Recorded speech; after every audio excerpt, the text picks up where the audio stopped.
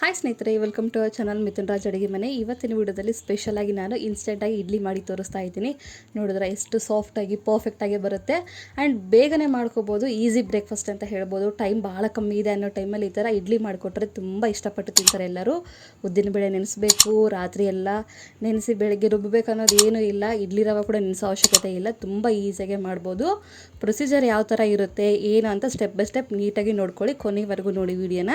ಮೊದಲನೇದಾಗಿ 1 ಕಪ್ಪಷ್ಟು ನಾನು ಸೂಜಿ ತೊಗೊಂಡಿದ್ದೀನಿ. ನಿಮ್ಮ ಹತ್ರ ಸೂಜಿ ಇದ್ದರೆ ಸೂಜಿ ತೊಗೊಳ್ಳಿ, ಇಲ್ಲ ಬಾಂಬೆ ರವೆ ಅಂತಾರಲ್ಲ ಸಣ್ಣ ರವೆ ಅದು ಕೂಡ ತೊಗೋಬೋದು. ನನ್ನ ಹತ್ರ ಸೂಜಿ ಇರೋದ್ರಿಂದ ನಾನು ಇದನ್ನು ತೊಗೊಂಡಿದ್ದೀನಿ. ಇದು 1-2 ಸರಿ ನೀಟಾಗಿ ನೀರಿಂದ ತೊಳ್ಕೊಬೇಕು. 1 ಸರಿ ಅಥವಾ 2 ಸರಿ ನೀಟಾಗಿ ನೀರು ಹಾಕ್ಕೊಂಡು ತೊಳ್ಕೊಂಡಿದ ನಂತರ ಒಂದು 10 ನಿಮಿಷ ನೆನೆಯೋಕ್ಕೆ ಬಿಡೋಣ. ಇದನ್ನು ಇನ್ನೂ ಟೈಮ್ ಇದೆ ನಿಮ್ಮ ಹತ್ರ ಅಂದರೆ ಒಂದು 15 ನಿಮಿಷ 20 ನಿಮಿಷ ನೆನೆಸಿದ್ರು ಚೆನ್ನಾಗಿರುತ್ತೆ. ನೀರು ಹಾಕಿ 10 ನಿಮಿಷ ನಾನು ನೆನೆಯಕ್ಕೆ ಬಿಡ್ತೀನಿ. ನೆಕ್ಸ್ಟ್ ಅದೇ ಕಪ್ ಅಳತೆಯಲ್ಲಿ ಅವಲಕ್ಕಿ ತೊಗೊಂಡಿದ್ದೀನಿ. 1 ಕಪ್. ನಾನು ಇಲ್ಲಿ ಗಟ್ಟಿ ಅವಲಕ್ಕಿ ತೊಗೊಂಡಿದ್ದೀನಿ. ನಿಮ್ಮ ಹತ್ರ ತೆಳು ಅವಲಕ್ಕಿ ಇದ್ದರೆ ಅದನ್ನು ತೊಗೋಬೋದು, ಇಲ್ಲ ಇದೇ ಇದ್ದರೆ ಗಟ್ಟಿ ಅವಲಕ್ಕಿ ಇದ್ದರೆ ಇದನ್ನು ಕೂಡ ತೊಗೋಬೋದು. ಇದು ಕೂಡ ಅಷ್ಟೇ, ನೀರು ಹಾಕಿ 1-2 ಸರಿ ನೀಟಾಗಿ ತೊಳ್ಕೊಬೇಕು. ನೆನಪಿರಲಿ, ತೆಳು ಅವಲಕ್ಕಿ ಇದ್ದರೂ ಓಕೆ, ದಪ್ಪ ಅವಲಕ್ಕಿ ಇದ್ದರೂ ಓಕೆ. ಅದೇ ಕಪ್ಪಲ್ಲಿ 1 ಕಪ್ಪಷ್ಟು ನಾನು ಮೊಸರು ತೊಗೊಂಡಿದ್ದೀನಿ. ಹುಳಿ ಮೊಸರಾದರೆ ಇನ್ನೂ ಚೆನ್ನಾಗಿರುತ್ತೆ. ನಿಮ್ಮ ಹತ್ರ ಹುಳಿ ಮೊಸರಿದ್ದರೆ ಇನ್ನೂ ಚೆನ್ನಾಗಿರುತ್ತೆ. ಬಟ್ ನನ್ನ ಹತ್ರ ಫ್ರೆಶ್ ಆಗಿತ್ತು, ಅದಕ್ಕೋಸ್ಕರ ಅದನ್ನು ತೊಗೊಂಡಿದ್ದೀನಿ. ಆದಷ್ಟು ಸ್ವಲ್ಪ ಹುಳಿ ಮೊಸರಿದ್ದರೆ ಚೆನ್ನಾಗಿರುತ್ತೆ. ಸ್ವಲ್ಪ ನೀರು ಹಾಕ್ಕೊಂಡು ಇದು ಕೂಡ ಅಷ್ಟೇ 10-15 ನಿಮಿಷ ನೆನೆಯೋಕ್ಕೆ ಬಿಡ್ತೀನಿ. ಈ ನೆನೆಯಷ್ಟರೊಳಗೆ ನಾವು ಚಟ್ನಿ ಕೂಡ ರೆಡಿ ಮಾಡ್ಕೊಂಬಿಡೋಣ. ಚಟ್ನಿ ಸಿಂಪಲ್ಲಾಗಿ ಈಸಿಯಾಗಿ ಟೇಸ್ಟಾಗಿ ಯಾವ ಥರ ಮಾಡ್ಕೋಬೇಕು ಅಂತ ಹೇಳ್ತೀನಿ. ಗೊತ್ತಿದ್ದರೆ ಓಕೆ, ಗೊತ್ತಿಲ್ಲ ಅಂದರೆ ತಿಳ್ಕೊಳ್ಳಿ. ನಾನು ಸ್ವಲ್ಪ ಶೇಂಗಾನ ಈ ಥರ ಹುರ್ಕೊತೀನಿ ನೀಟಾಗಿ. ನೆನಪಿರಲಿ, ಶೇಂಗಾ ಹುರಿಬೇಕಾದ್ರೆ ಮೀಡಿಯಮ್ ಫ್ಲೇಮಲ್ಲೇ ಇರಬೇಕು, ಇಲ್ಲಾಂದರೆ ಮೇಲ್ಗಡೆ ಬಣ್ಣ ಬಂದುಬಿಟ್ಟು ಒಳಗೆ ಸರಿಯಾಗಿ ಫ್ರೈ ಆಗೋದಿಲ್ಲ. ಇದು ಆಗಿದೆ. ಇವಾಗ ಒಂದು ಪ್ಲೇಟಲ್ಲಿ ಹಾಕ್ಕೊತೀನಿ. ನೆಕ್ಸ್ಟು ಮೆಣಸಿನ್ಕಾಯಿ ಹಾಕ್ಕೊತೀನಿ. ನೆಕ್ಸ್ಟ್ 2 ಟೊಮೊಟೊನ ಈ ಥರ 4 ಪೀಸಾಗಿ ಕಟ್ ಮಾಡ್ಕೊಂಡು ಅದನ್ನು ಕೂಡ ಹಾಕ್ಕೊತೀನಿ. ನೀವು ಇದ್ರ ಬದಲಾಗಿ ಕೊಬ್ಬರಿ ಚಟ್ನಿ ಕೂಡ ಮಾಡ್ಕೋಬೋದು, ಟೊಮೊಟೊ ಚಟ್ನಿ ಕೂಡ ಮಾಡ್ಕೋಬೋದು. ಈ ಇಡ್ಲಿಗೆ ತುಂಬ ಚೆನ್ನಾಗಿರುತ್ತೆ. ಇದು ಕೂಡ ಆಗಿದೆ. ಒಂದು ಪ್ಲೇಟಲ್ಲಿ ತೊಗೊತೀನಿ. ಶೇಂಗಾ ಮತ್ತು ಟೊಮೊಟೊ ಮೆಣಸಿನ್ಕಾಯಿ ಎಲ್ಲ ಸ್ವಲ್ಪ ತಣ್ಣಗಾದ್ಮೇಲೆ ಮಿಕ್ಸಿ ಮಾಡ್ಕೊತೀನಿ. ಮೊದಲನೇದಾಗಿ ನಾನು ಶೇಂಗಾ ಬೀಜ ಹಾಕ್ತಿದ್ದೀನಿ. ಪೀಲಾಫ್ ಏನು ಮಾಡಿಲ್ಲ, ಹಾಗೆ ಹಾಕ್ತೀನಿ. ಸ್ವಲ್ಪ ತಣ್ಣಗಾದ್ಮೇಲೆ ಮೆಣಸಿನ್ಕಾಯಿ ಟೊಮೊಟೊ ಕೂಡ ಹಾಕ್ತೀನಿ. ಬಿಸಿ ಬಿಸಿ ಹಾಕಬಾರ್ದು ಮಿಕ್ಸಿಗೆ ಯಾವಾಗಲೂ. ನೆಕ್ಸ್ಟು ಸ್ವಲ್ಪ ಹುಣಸೆ ಹಣ್ಣು ಹಾಕ್ತೀನಿ. ನೆಕ್ಸ್ಟು ಸ್ವಲ್ಪ ಕೊತ್ತಂಬರಿ, ರುಚಿಗೆ ತಕ್ಕಷ್ಟು ಉಪ್ಪು ಹಾಕ್ತೀನಿ. ನೀರು ನಿಮಗೆ ಎಷ್ಟು ಬೇಕಷ್ಟು ನೋಡಿಕೊಂಡು ನೀಟಾಗಿ ಮಿಕ್ಸಿ ಮಾಡ್ಕೊಳ್ಳಿ. ನಂತರ ನಾನು ಈ ಥರ ಫೈನಾಗಿ ಪೇಸ್ಟ್ ಥರ ಮಾಡ್ಕೊಂಡಿದ ನಂತರ ಆಮೇಲೆ ನೀರನ್ನು ಮಿಕ್ಸ್ ಮಾಡ್ಕೊಂಡು ಈ ಥರ ಮಾಡ್ಕೊತೀನಿ. ಇಷ್ಟಾದರೆ ಕನ್ಸಿಸ್ಟೆನ್ಸಿ ಸಾಕು, ಚೆನ್ನಾಗಿರುತ್ತೆ. ತುಂಬ ನೀರಿಗೆ ಆಗ್ಬಿಟ್ಟು ಚೆನ್ನಾಗಿರೋದಿಲ್ಲ ಚಟ್ನಿ. ಇವಾಗ ಇದಕ್ಕೆ ಸ್ವಲ್ಪ ಒಗ್ಗರಣೆ ಕೊಟ್ಬಿಟ್ರೆ ಸೂಪರ್ ಆಗುವಂಥ ಈಸಿಯಾಗಿರುವಂಥ ಚಟ್ನಿ ರೆಡಿಯಾಗಿರುತ್ತೆ.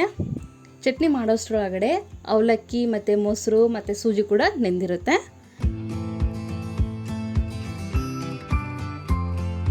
ಅವಲಕ್ಕಿ ಮೊಸರು ನೋಡಿದ್ರೆ ಯಾವ ಥರ ನೆಂದಿದೆ ಅಂತ. ಇವಾಗ ಇದನ್ನು ಮಿಕ್ಸಿ ಮಾಡ್ಕೊಳ್ಳೋಣ. ಎಷ್ಟು ಸಾಧ್ಯನೋ ಅಷ್ಟು ನೀಟಾಗಿ ಸಣ್ಣಗೆ ಮಾಡ್ಕೋಬೇಕು. ಫೈನಾಗಿ ಪೇಸ್ಟ್ ಥರ ಮಾಡ್ಕೋಬೇಕು. ಆದಷ್ಟು ನೀರನ್ನ ಕಮ್ಮಿ ಮಾಡ್ಕೊಳ್ಳಿ. ಮತ್ತು ಆದಮೇಲೆ ನೀರು ಹಾಕ್ಬಿಟ್ರೆ ಕಷ್ಟ ಆಗಿಬಿಡುತ್ತೆ. ಎಷ್ಟು ಸಾಧ್ಯನೋ ಅಷ್ಟು ಕಮ್ಮಿ ನೀರನ್ನ ಉಪಯೋಗಿಸ್ಕೊಳ್ಳಿ. ನೋಡಿದ್ರೆ ಇಷ್ಟಾದರೆ ಸಾಕು. ಇವಾಗ ಇದನ್ನು ಒಂದು ಬೌಲ್ಗೆ ಹಾಕ್ಕೊತೀನಿ. ಹೇಳಿದ್ನೆಲ್ಲ ನೆನಪಿರಲಿ, ನೀರನ್ನು ಕಮ್ಮಿ ಉಪಯೋಗಿಸ್ಕೋಬೇಕು. ಇಡ್ಲಿ ಮಾಡಬೇಕಾದ್ರೆ ಸ್ವಲ್ಪ ಗಟ್ಟಿಯಾದರೂ ಪರವಾಗಿಲ್ಲ, ಬಟ್ ನೀರಿಗೆ ಆಗಬಾರ್ದು, ಅದಕ್ಕೋಸ್ಕರ ಹೇಳ್ತಿದ್ದೀನಿ. ಆದಷ್ಟು ಕಮ್ಮಿ ಉಪಯೋಗಿಸಿ ನೀರನ್ನು. ಇಷ್ಟಾದರೆ ಸಾಕು. ನೀಟಾಗೆಲ್ಲ ತಗೊಂಡ್ಮೇಲೆ ಈ ಥರ ರವೆನ ಈ ಥರ ಕೈಯಲ್ಲಿ ಹಿಂಡಿ ಈ ಥರ ರವೆ ಮಾತ್ರ ಹಾಕ್ಕೊಳ್ಳಿ, ಇಲ್ಲಾಂದರೆ ನೀರು ಆಗಿಬಿಡುತ್ತೆ. ಎಲ್ಲ ಹಾಕಿದ ಮೇಲೆ ನೀಟಾಗಿ ಕಲಿಸ್ಕೊತೀನಿ. ನೆನಪಿರಲಿ, ಲೂಸ್ ಆಗಬಾರ್ದು, ಅಂದರೆ ನೀರು ಆಗಬಾರ್ದು. ನೋಡಿದ್ರೆ ಇಷ್ಟಾದರೆ ಸಾಕು. ಒಂದು ವೇಳೆ ನಿಮಗೆ ನೀರು ಥರ ಆಗಿದೆ ಅಂತಂದರೆ ಅದಕ್ಕೊಂದು ಸೊಲ್ಯೂಷನ್ ಹೇಳ್ತೀನಿ. ಇಲ್ಲಿ ನಾನು ರುಚಿಗೆ ತಕ್ಕಷ್ಟು ಉಪ್ಪು ಹಾಕ್ತೀನಿ. ಉಪ್ಪು ಹಾಕಿ ಸ್ವಲ್ಪ ನೀಟಾಗಿ ಕಲಿಸ್ಕೊಂಡಿದ್ದ ನಂತರ ಇಲ್ಲಿ ಎಕ್ಸ್ಟ್ರಾ ಏನಪ್ಪ ಫ್ಲಫಿಯಾಗಿ ಬರಬೇಕು ಅಂತಂದರೆ ಈನೋ ಹಾಕ್ತಿದ್ದೀನಿ ನಾನು. ಯಾವುದಾದ್ರೂ ನಿಮ್ಮ ಫೇವ್ರೆಟ್ ಫ್ರೂಟಿಂದು ಫ್ಲೇವರ್ ಇದ್ದರೆ ಅದನ್ನು ಕೂಡ ಹಾಕ್ಕೋಬೋದು. ನಾನು ಇಲ್ಲಿ ಈನೋ ಹಾಕ್ತಿದ್ದೀನಿ. ಈನೋ ಹಾಕಿದ ಮೇಲೆ ನೋಡಿದ್ರೆ ಯಾವ ಥರ ಆಗಿದೆ ಅನ್ನೋದು. ಒಂದು ವೇಳೆ ನಿಮಗೆ ನೀರಾಗಿ ಆಗಿದೆ ಇಡ್ಲಿ ಬ್ಯಾಟರ್ ಅಂತಂದಮೇಲೆ ಒಂದು ಅರ್ಧ ಗಂಟೆ ಬಿಟ್ಟು ನಂತರ ಮಾಡ್ಕೊಳ್ಳಿ. ಇಲ್ಲ ಅಷ್ಟು ಟೈಮ್ ಇಲ್ಲ ಅಂತಂದರೆ ಇನ್ನೂ ಸ್ವಲ್ಪ ರವೆ ಹಾಕ್ಕೊಂಡು ಗಟ್ಟಿ ಮಾಡ್ಕೊಳ್ಳಿ. ನೆಕ್ಸ್ಟ್ ಇಡ್ಲಿ ಪ್ಲೇಟ್ಗೆ ಈ ಥರ ಎಣ್ಣೆ ಹಾಕ್ಕೊಂಡು ನೀಟಾಗಿ ಸವರ್ಕೊತೀನಿ ಈ ಥರ. ನೆಕ್ಸ್ಟು ಸ್ವಲ್ಪನೇ ಇಡ್ಲಿ ಹಿಟ್ಟನ್ನು ಹಾಕ್ಕೊತಾ ಹೋಗ್ತೀನಿ ಪ್ಲೇಟ್ಸ್ಗಳಿಗೆ. ನೆನಪಿದ್ದಲ್ವಾ, ನಾನು ಹೇಳಿದ್ದೀನಿ ನೀರು ಥರ ಆಗಿದ್ದರೆ ಸ್ವಲ್ಪ ಹೊತ್ತು ಬಿಟ್ಟು ನಂತರ ಮಾಡ್ಕೊಳ್ಳಿ. ಇಲ್ಲ ಅರ್ಜೆಂಟು ನಮ್ಗೆ ಮಾಡಲೇಬೇಕು ಅನ್ನೋ ಪರಿಸ್ಥಿತಿಯಲ್ಲಿದ್ದರೆ ಸ್ವಲ್ಪ ಸೂಜಿನ ಮಿಕ್ಸ್ ಮಾಡಿಕೊಂಡು ಕೂಡ ಒಂದು 5 ನಿಮಿಷ ಬಿಟ್ಟು ನಂತರ ಕೂಡ ಮಾಡ್ಕೋಬೋದು. ಈಗ ಒಂದೊಂದಾಗಿ ಇಡ್ಲಿ ಪಾತ್ರೆಯಲ್ಲಿ ಇಡ್ತೀನಿ. ಒಂದು 10-15 ನಿಮಿಷ ಆದಮೇಲೆ ಇದು ರೆಡಿಯಾಗಿರುತ್ತೆ ಇಡ್ಲಿ. 10-15 ನಿಮಿಷ ಸಾಕು, ರೆಡಿಯಾಗಿದೆ ನೋಡಿ. ಇವಾಗ ಒಂದೊಂದಾಗಿ ಪ್ಲೇಟಲ್ಲಿ ಸರ್ವ್ ಮಾಡಿಕೊಂಡು ಚಟ್ನಿಯಿಂದ ತಿಂದರೆ ಸೂಪರಾಗಿರುವಂಥ ಇನ್ಸ್ಟೆಂಟ್ ಇಡ್ಲಿ ರೆಡಿಯಾಗಿರುತ್ತೆ. ಎಷ್ಟು ಸಿಂಪಲ್ ಅಲ್ವಾ, ಜಾಸ್ತಿ ಖರ್ಚಿಲ್ಲ, ಜಾಸ್ತಿ ಟೈಮ್ ಇಲ್ಲ, ಆರಾಮಾಗೆ ಮಾಡ್ಕೋಬೋದು, ಈಸಿಯಾಗೆ ಮಾಡ್ಕೋಬೋದು, ತುಂಬ ಈಸಿಯಾಗಿ ಮಾಡ್ಕೋಬೋದು, ಬೇಗನೆ ಮಾಡ್ಕೋಬೋದು. ಚೆನ್ನಾಗಿದೆ ಅಲ್ವಾ? ಇಷ್ಟ ಆಗುತ್ತೆ ಅಂದ್ಕೊಂಡಿದ್ದೀನಿ. ಇಷ್ಟ ಆದರೆ ಲೈಕ್, ಶೇರ್ ಆ್ಯಂಡ್ ಸಬ್ಸ್ಕ್ರೈಬ್ ಮಾಡ್ಕೊಳ್ಳೋದನ್ನು ಮಾತ್ರ ಮರಿಬೇಡಿ. ಓಕೆನಾ? ಮುಂದಿನ ವಿಡಿಯೋದಲ್ಲಿ ಮತ್ತೆ ಸಿಗ್ತೀನಿ. ಅಲ್ಲಿವರೆಗೂ ಟೇಕ್ ಕೇರ್, ಬಾಯ್.